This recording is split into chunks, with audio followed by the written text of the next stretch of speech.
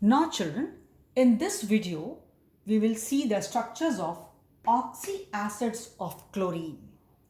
Chlorine forms four oxyacids. Hypochlorous acid having formula HClO, then chlorous acid HClO2, chloric acid HClO3 and perchloric acid HClO4. Now, when we have to draw the structure children, we need to know in case of all oxyacids their basicity because those many OH bonds have got to be in the structure. Otherwise, it cannot be an oxyacid and it cannot displace the H. Now, hypochlorous acid, HClO. Now children, if we think that chemical bonding means only completing octet or the duplet, then we can thought of the structure like this: H, then Cl, H got duplet, but the sharing Cl got 8. And if you think, just see here, Cl still has, you know what, it was having 3 lone pairs, and one it could give to this one, right? And it could have formed this coordinate bond. Even O got octet complete, H, Cl both got 8, and through this coordinate bond O also got 8. So you think this is the right structure? No, this is actually the wrong structure, children. That's why I told you completing octet or just the duplet in case of H is not the sole criteria for the bond formation. It should be exhibiting the properties of the compound. Only that bonding and that structure is accepted as the correct structure and the correct bonding for that compound. So HClO, since I know, now you also know, they all are monobasic acids. So it had to have one OH bond. Now OH bond was there. H got duplet, O got 6 of its own, 1 got 7 and had lone pairs, So it has combined but with Cl also.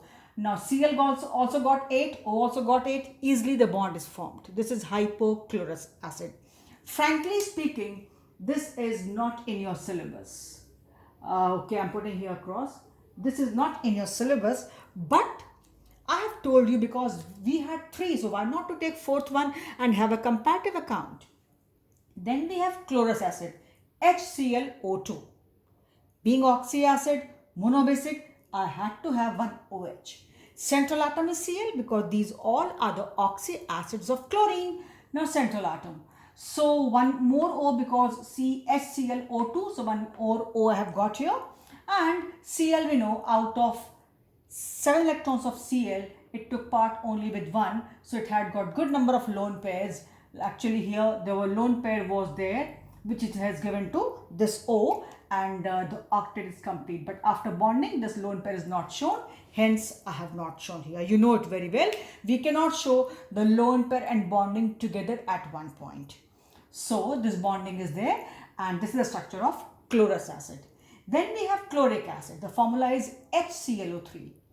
Again, being monobasic acid, one OH has got to be there. Now central atom is Cl, and these O have to get attached to Cl, and we know that Cl still has many electrons which it can give, and O's, they run short of 2 electrons each. So one pair it gives to this, one pair it gives to this, still one lone pair is left. Why one lone pair is left, children? Because Cl has got 7 electrons in the valence shell. Out of those 7, if you see, only one had taken part in bond formation. 1 electron pair, 1 electron pair and 1 electron pair. These 3 electron pairs were there. So one got bonded here, one got bonded here. Hence only one is left and one is shown. Here out of its 3 electron pairs, lone pairs rather, you see out of 7, one took part. One could have been here. I am again showing you with the help of this drawing. This could have been there, but no, once I have shown the bond, I should not show this. So since bond is formed, it has taken part in bond formation and has gone. So that was your chloric acid. Now we have perchloric acid. Perchloric acid has the formula HClO4.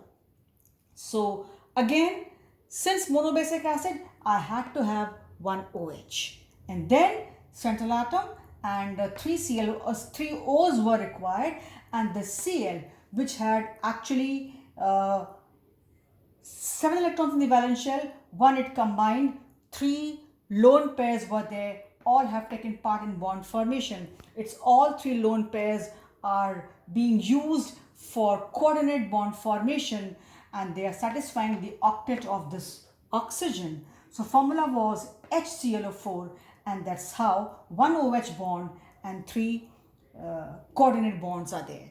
This is how, children, we show the structures and the bonding in oxyacids of chlorine. These structures only exhibit or explain the monobasic nature of these oxyacids. Children, one more thing. At higher levels, there are many scientists, there are many authors. They don't show coordinate bond. They show it just by double bond. They say that ultimately it is sharing of 2 electrons. So they take it at par with your double bond. So in some books, you may find instead of coordinate bond, they are showing double bond. In some competitive books or even some books of BSc level or higher level. Don't get confused. There's nothing wrong. Because children, chemical bonding, it is not something seen. These are theories. These are assumptions. So since it is a type of covalent bond and essentially involves sharing of 1 electron pair, out the 2 combining atoms, one was having at least 1 lone pair as per the requirement, and other was running short of 1 electron pair. Out of the 2 combining, one was having lone pair. You have seen in all the cases. If atoms A and D were combining, out of the 2, one was having lone pair and other was running short of 1 electron pair. That is one point. Second point, children, coordinate bond, if suppose you to count somewhere sigma and pi bonds, mind you, children, this coordinate bond is taken equal to 1 double bond, means 1 sigma, 1 pi, just for your knowledge. If at all you have to count anywhere sigma and pi bonds, then one coordinate bond is considered to be equal to 1 double bond in that case, and where a double bond used to be 1 sigma and 1 pi bond. So ultimately a special type of covalent bond. And children, the properties of compounds having covalent bond, they lie somewhere between the properties of covalent compounds and ionic compounds. Their melting points and boiling points were higher than the covalent compounds but lower than ionic compounds.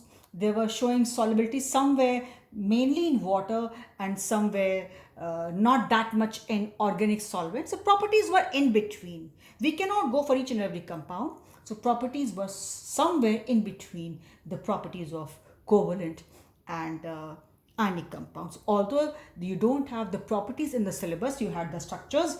I have done with you. Now children, one thing, very few of you have sent me the work of the previous chapter. This is very unfortunate and very, very disappointing. You are being marked for this. You are being marked for this. You want me to put your names in the list in GCR that you have not sent the work in class 11th? Please take it seriously, children. Otherwise, I'm telling you, towards end, you cannot study from book. You cannot study from these videos and YouTubes and all. Please. We have since no option, so we are teaching you. But you keep on updating notes.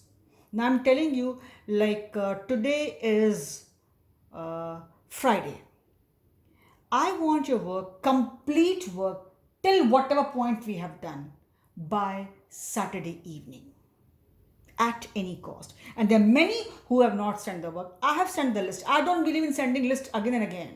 I find it very foolish. You're not kids. You know you have not given. Fine. I will not remind you in future. I'll give you 0 for that. You're being marked for that. You know it very well. So please take my words seriously. No matter whether you're in section A, D, whatever. Send your work to your respective teacher. Earlier, I used to wait till the end of the chapter. But I can see many of you have not sent the work even of the previous chapter. This is disappointing. I leave it to you. This is all for today. I stop here. Thank you.